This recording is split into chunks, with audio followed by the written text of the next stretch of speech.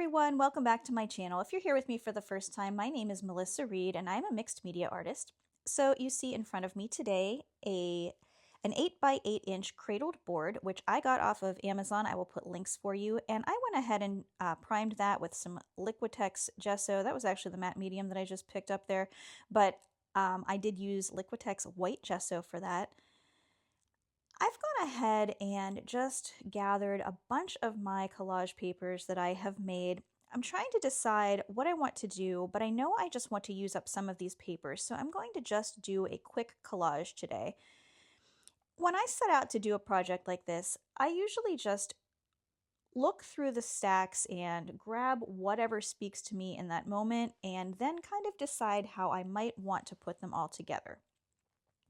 So you might remember this one from a video that I did in the past. I'll put a link to that at the end for you there. I've decided that I do want to use that one, and I'm not exactly sure what else I want to go with it. So I just keep looking through my stash, and I've got all these really great patterns that I want to use for something, but I don't know. When I was auditioning the pieces there, that one wasn't really speaking to me, and I thought maybe what I needed to do was pick something with a little less busy of a pattern, since that first sheet was so highly patterned. But the great thing about collage is you can audition these pieces ahead of time, and if you don't like the way they look, you know, you're not committed to it because nothing has been glued down yet, and it's not like paint where you would have to paint over it. So take a few minutes with your stash of papers and just kind of see what might work together for you. So that piece that I have down there is one of my tea-stained papers that I made, and ultimately I do end up going with, actually I think I use a coffee-stained paper in this one instead. I did a whole bunch of those, and that's the one I end up using. It has that nice rich brown color, and I think that color works really well with that blue and green tissue paper collage that I had down there initially.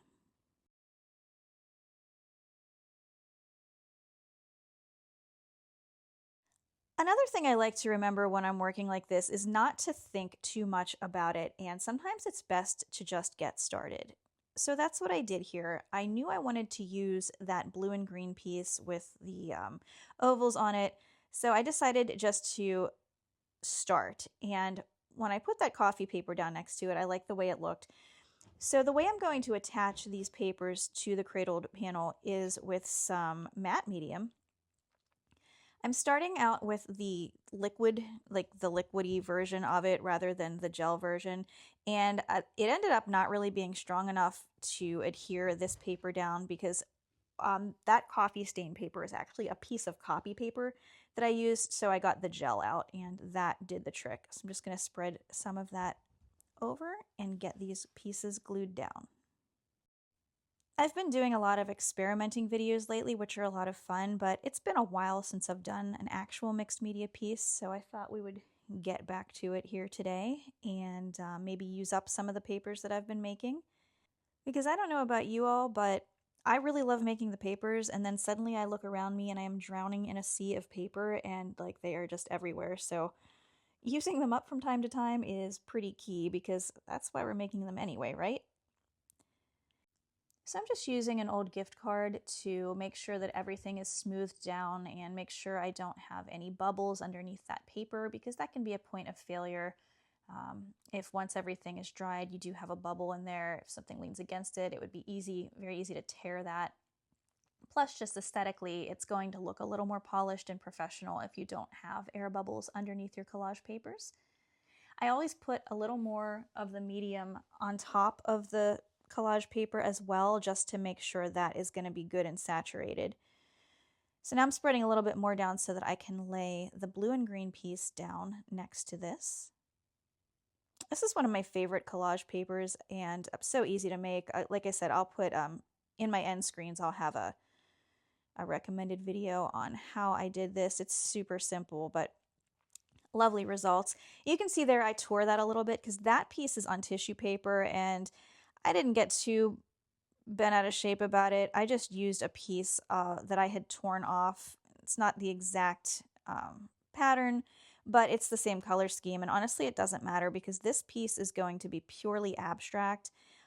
I know a lot of times, if you've seen my videos, I might use an image of a bird or my own image or something like that. But today I wanted to go with pure abstract. And while, yes, you can definitely see that little patch job I did there, I think it actually adds to it rather than detracts from it. So everything worked out just fine. While the tissue is still a little wet on there, sometimes I'll just go ahead and tear off the ends so that I have less trimming to do because I mean, that will just pull right off.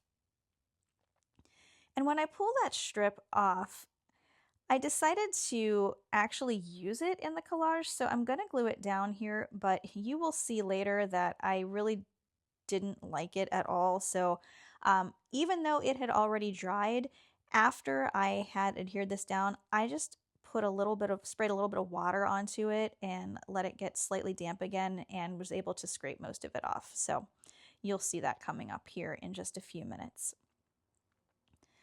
Okay, so in that bottle, I have watered down Paynes Gray Rowney Acrylic ink, and I have a calligraphy pen. And what I'm doing is just making a strip of asemic writing. And so you'll notice that I'm not writing left to right like you would normally write legible handwriting. I've found that I can get some pretty convincing asemic handwriting, which if you're unfamiliar, that just means abstract writing. So it doesn't actually say anything, but it has the look of written language on there. And I found that if I keep it long ways, I get a much more convincing result than if I hold it in a landscape orientation. I think my mind fights me too much if I'm doing it that way, and I can treat it more as just an abstract design if I'm doing it this way. So I don't know, that works for me.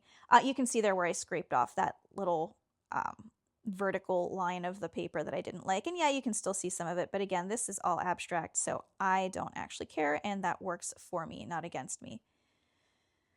So I have a straight edge there, and I just want to tear some of that paper off. And I don't want it to be a very clean tear because I want it to look torn, but I don't want it to be like super raggedy. So that worked out really well. And I'm just going on both sides to get that same kind of result. Again, that's just some tissue paper that I used. That's actually the edge of a gel print on tissue, and I think that might be wet strength tissue paper because when I glued it down, it didn't go 100% transparent like regular tissue paper does. So, I mean, I tend to prefer just regular old tissue paper because it does really just melt into the background. The wet strength is nice if you're looking for something with more durability, but honestly, I haven't really had too many issues with regular tissue. Just my thoughts on that. So I'm adhering that down with some more of the matte medium. And all the while, I'm trying to think of what my next step might be. So if you've watched any of my videos, you know that I am an intuitive artist, which means I go into these pieces with very little plan and just let the piece speak to me as I'm creating it. For me, that works. And what happens is each move that I make will inform the next step. So I had this is actually a roll-off sheet on a piece of, I believe that is on a piece of rice paper, yeah, and that I used for something at some point. And it's a mix of, I believe, fluorescent red and fluorescent orange Liquitex acrylic paint. But I decided the contrast of that was so nice. I mean, those colors in the background are pretty muted, even though the pattern is large and visually heavy. So I needed something at the same time complementary to the colors while also being able to hold its own visually with the weight of the background pattern. And I think that worked out beautifully because you've got that red-orange working with the blue-green in contrast, and both of those are heavily visually weighted. Now, the only problem that I'm seeing there is the writing then suddenly became a little too light and got lost. So I'm going in here with some full strength Paynes Gray. You might remember I did watered down Paynes Gray, and I'm going just right over top of it. And it adds actually an extra element because you've got that light part that's already down there that you can still see, although it's muted. And now I'm putting a little bit darker on top, and I am absolutely not trying to go over the lines. In fact, I'm doing the opposite because it's just adding another layer of interest having both of those styles of writing. You've got the muted, very pale gray, and then you've got a little bit of a darker, more intense gray on top. And I think that worked out a little bit better. So when I've got that down, the little piece that I tore off of that, I'm going to attach to the top. You're going to see here in just a second. And it's going to carry that design over a little bit further and also kind of integrate the orange square into the piece a little bit better. And that way everything becomes more cohesive and it starts to look like it belongs and is one entire thing rather than just a bunch of parts glued together. And to further do that, I take one of those oval shapes that I had there and I decide to put it inside the orange square. I was thinking about doing a whole strip of them, but ultimately I just went for the largest one that I had there, and I'm going to tear that out and use it. But first, I wanted to have a little bit of that orange peek through. So what I'm going to do is just fold that in half and tear a little bit of the middle out to make like a peephole kind of thing. I've been doing that in some of my pieces, and I like the way that looks because it allows you to see underneath in something that you may not have before. I'm going to take some of the medium and glue that down.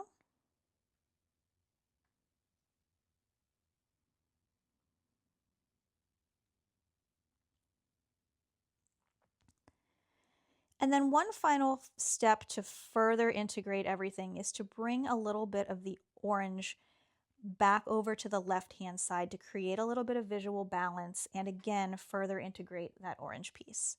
So I had a little strip that I had torn off.